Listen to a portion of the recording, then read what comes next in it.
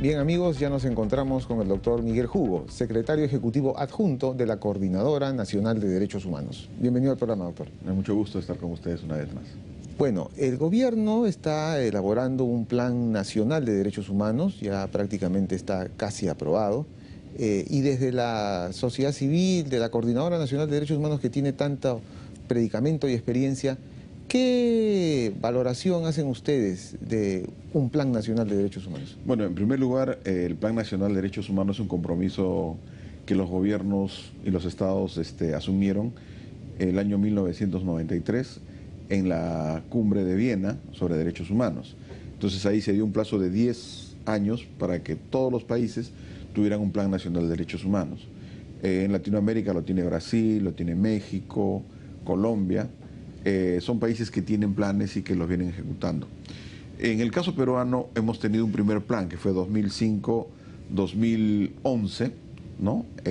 Fue prorrogado el 2010 y ahora hemos estado en etapa de preparación. Desde el 2010 a la fecha, la sociedad civil ha estado dialogando permanentemente con el gobierno, con el Estado, para buscar tener un instrumento muy importante, porque el Plan Nacional de Derechos Humanos significa la voluntad política de un ejecutivo, de un Estado, frente al tema de derechos humanos. Entonces ahí deben estar todas las políticas en materia de salud, en materia de trabajo, en materia de justicia, en materia de los principales problemas que se tiene en derechos humanos.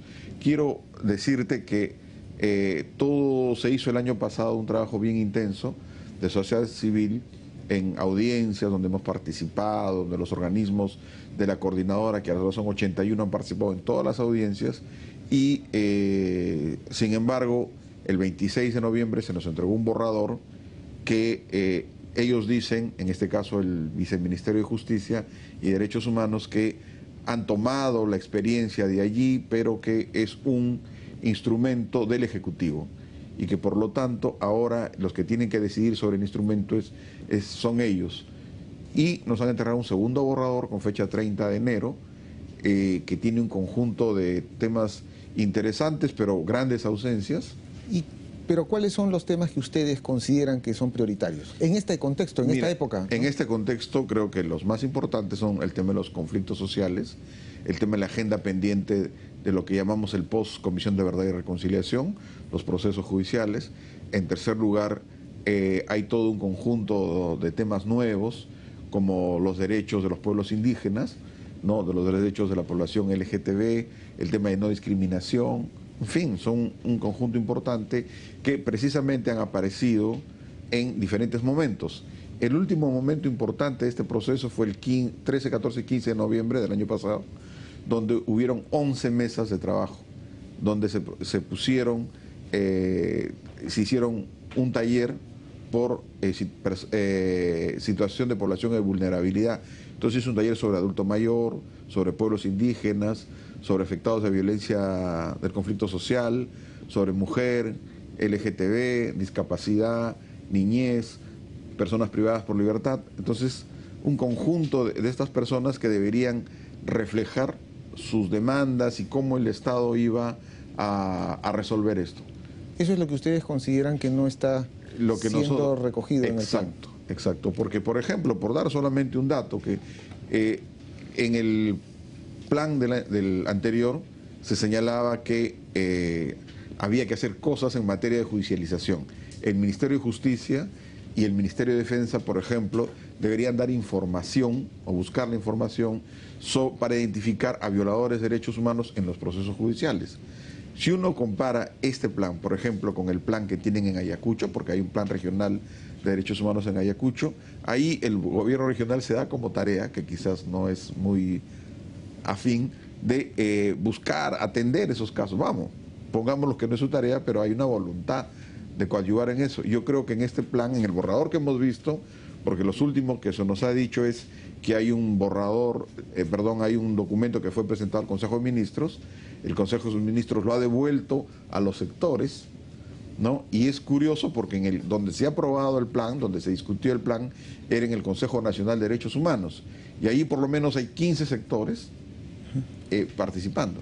Muy bien. Y tú nos comentaste al principio que habían varios países que tenían planes. Brasil, Colombia, México. ¿Tienes información de si en alguno de estos países el plan funciona, es operativo? ¿Cuál es el país que está más adelantado? Yo creo que es Brasil, ¿no? Brasil es un país donde el plan sirve para generar un conjunto de políticas, por ejemplo, en el área de las personas, área de salud mental, ¿no? Las personas que tienen algún tipo de situación de discapacidad mental, mediante este plan han podido acceder a un conjunto de derechos. Como yo digo, es muy sencillo, es decir, ¿qué piensa hacer el Ejecutivo este año o en los próximos 4 o 5 años en esta materia?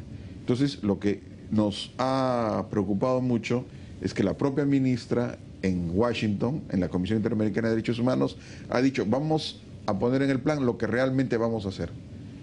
Y eso puede ser un tema efectivamente de realismo, pragmático, pero lo que estamos viendo, o sea, sensorialmente, es que no se está haciendo mucho.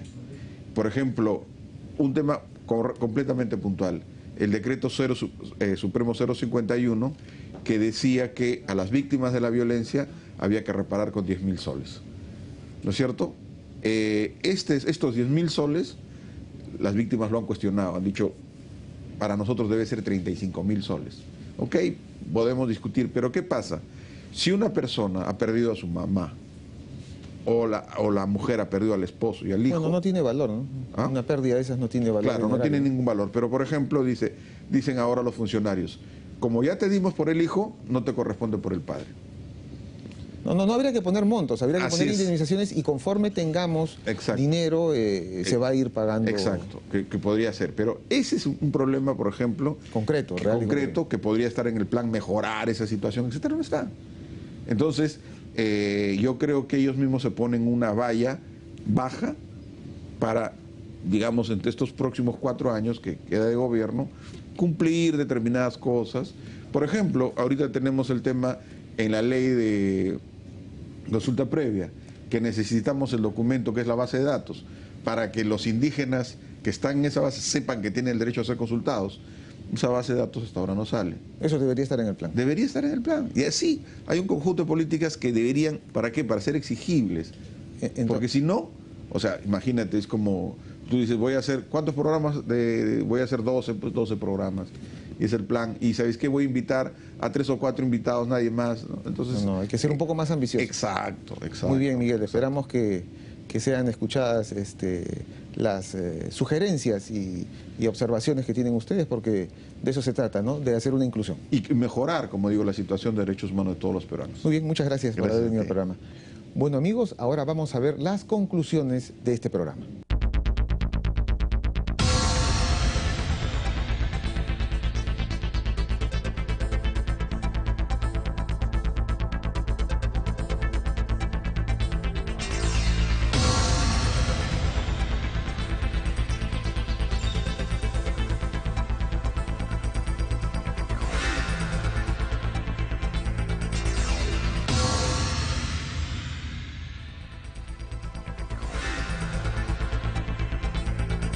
Este es un plan que involucra no solo al Ejecutivo, sino a todas las dependencias del mismo, de tal manera que cada uno va a tener una responsabilidad en este esfuerzo, en este plan, Francisco. Efectivamente, en las conclusiones se deja ver ya un poco la preocupación de este plan, porque los sectores, como tú bien has dicho, el Poder Ejecutivo, las políticas públicas, los funcionarios de estos órganos que a veces son muy tecnocráticos, tienen que incorporar temas de derechos humanos, Rocío, porque si no, las políticas públicas no van a servir para el ciudadano. Muy bien, Francisco, gracias amigos por haber estado con nosotros. Nos reencontramos en un próximo programa. Recuerda que siempre sus sugerencias sobre algún tema, alguna preocupación que ustedes tengan, la podemos absorber aquí y nos escriben, por supuesto, a nuestras cuentas en las redes sociales que ya están en pantalla. Nos reencontramos el próximo sábado, siempre por TV Perú, mucho más que ver.